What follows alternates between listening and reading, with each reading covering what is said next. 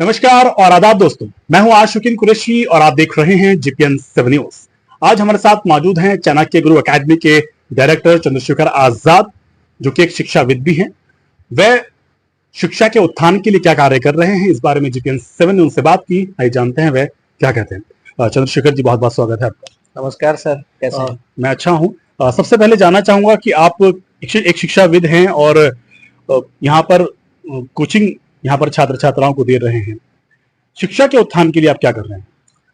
Sir, मेरा शिक्षा के लिए यही योगदान रहा है, जो भी थोड़ा बहुत रहा है, कि 2015 से मैं यहाँ कोचिंग सेंटर गजरौला में चला रहा हूँ। इसमें पहले वनडे एग्जाम्स की भी तैयारी कई वर्षों तक कराई, और सिविल सर्विसेज का क्योंकि यहाँ बहुत बड़ा रुझान नहीं था स्टार्टिंग में, तो यहाँ मैं सिविल सर्विसेज के लिए एक ही बैच चलाता था। लेकिन लॉकडाउन के बाद से पूरी तरह सिविल सर्विसेज पे आ गए, और यूपीएससी और पीसीएस की मैं तैयारी करा रहा हूँ। लोअर पीसीएस में मेरे 2 बच्चे फाइनली सेलेक्ट हुए हैं, और इस बार एक बच्चा मेंस लिखा है यूपीएससी का। बाकी इस बार हमने नीट और जेई के लिए भी कोचिंग सेंटर गजरौला में शुरू किया है। गजरौला के हिसाब से तो पहली बार ही इस तरह की चीज यहाँ आई है, तो उसको लेकर भी हमारी तैयारियां काफी अच्छी हैं और बैचेज अच्छे चल रहे हैं। अब देखिए इसमें किस तरह के रिजल्ट आते हैं, पॉजिटिव की पूरी उम्मीद है। जब से आप कोचिंग इंस्टीट्यूट्स अपना संचालित कर रहे हैं, कोचिंग दे रहे हैं, अब तक कितने बच्चे यहाँ से पास आउट हो चुके हैं आपके द्वारा सरकारी नौकरी में सेवारत हैं? देखिए सर, अब तो सोशल मीडिया का टाइम है, तो मैं सारे जो हमारे सिलेक्शन वो अपलोड भी करता हूँ। तो आप मेरी वॉल पे जाके देखेंगे तो आप देखेंगे कि हजारों बच्चे सिलेक्ट हुए हैं। मतलब जैसे कांस्टेबल वगैरह की परीक्षा हुई है पहले, लेखपाल की है, वीडियो की है, तो पूरे लॉट निकल गए, मतलब पूरे पूरे बैच निकले हैं यहाँ से बच्चों के। कई बार तो ये लगता था पूरा बैच चला जाएगा तो मैं पढ़ाऊंगा किसे, ये भी स्थितियां रही हैं। और अभी क्योंकि फोकस पूरी तरह से यूपीएससी पर है, तो यूपीएससी के लिए अभी भी हमारा एक टारगेटेड बैच लग रहा है, जो 2025 के लिए तैयारी बच्चे उसमें कर रहे हैं। रिजल्ट अच्छे आएंगे, आ भी रहे हैं। मेंस दिया है, देखिए काफी अच्छा मेंस हुआ है बच्चे का मेरा यूपीएससी का, और इंटरव्यू की कॉल आनी चाहिए, पूरी उम्मीद है। चाणक्य गुरु एकेडमी में आप छात्र छात्राओं को किस किस तरह की सुविधाएं प्रोवाइड कराते हैं? आशिकीन जी, जो भी सुविधाएं दिल्ली या बड़े शहरों में होती हैं, जैसे वहां पर मॉड्यूल्स होते हैं, तो मॉड्यूल्स हमारे पास हैं।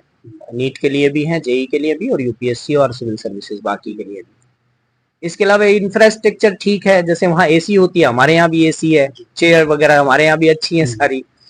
बस एक थोड़ा सा वहाँ का चार्म रहता है बड़े शहर का, लेकिन यहाँ जो एक पर्सनल गाइडेंस मिल सकता है बच्चे को, वो बड़े शहरों में नहीं मिल पाता, क्योंकि वहाँ वो एक भीड़ होती है।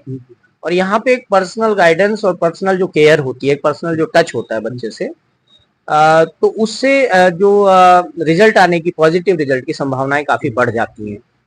बाकी डीपीपी होती है यहाँ, डेली प्रैक्टिस सेट्स होते हैं बच्चों के, और जो टेस्ट हैं वीकली टेस्ट होते हैं, कभी कभी ऑल्टरनेट वीकली टेस्ट होते हैं। तो ये सारी सुविधाएं हम लोग यहाँ प्रोवाइड करा रहे हैं।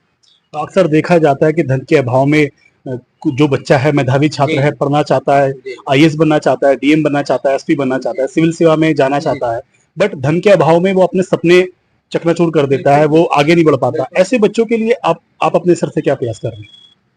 देखिए सर, ये थोड़ा सा ये सोशल कॉज वाली बात है, और इसको मतलब ऐसे अपने मुंह से कह देने से थोड़ा सा एक अजीब सा भी फील आता है। लेकिन मेरी पूरी कोशिश रहती है कि अगर बच्चे में कैलिबर है और बच्चा वास्तव में करना चाहता है कुछ, तो मैं अपनी तरफ से पूरी ही छूट दे देता हूँ उसको। मतलब जहां तक मैं कर सकता हूँ, या जहां तक उसकी अफोर्डेबिलिटी है, जितना वो अफोर्ड कर सकता है, तो मेरा तो यही रहता है, क्योंकि इतना बड़ा लाइफ है नहीं, बहुत ज्यादा लंबी लाइफ नहीं है, सभी लोगों को अपना जाना भी है। तो जितना कर सकते हैं समाज के लिए, विशेषकर जिस समाज को उत्थान की वास्तव में जरूरत है, जो पिछड़े हुए हैं वास्तव में।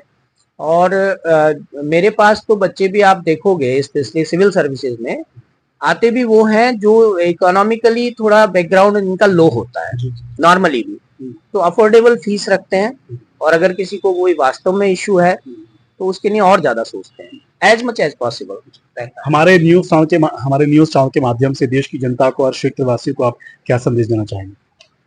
देखिए, देश तो बहुत बड़ा है, मैं वेस्टर्न यूपी में थोड़ा सा काम कर रहा हूँ इस तरह का।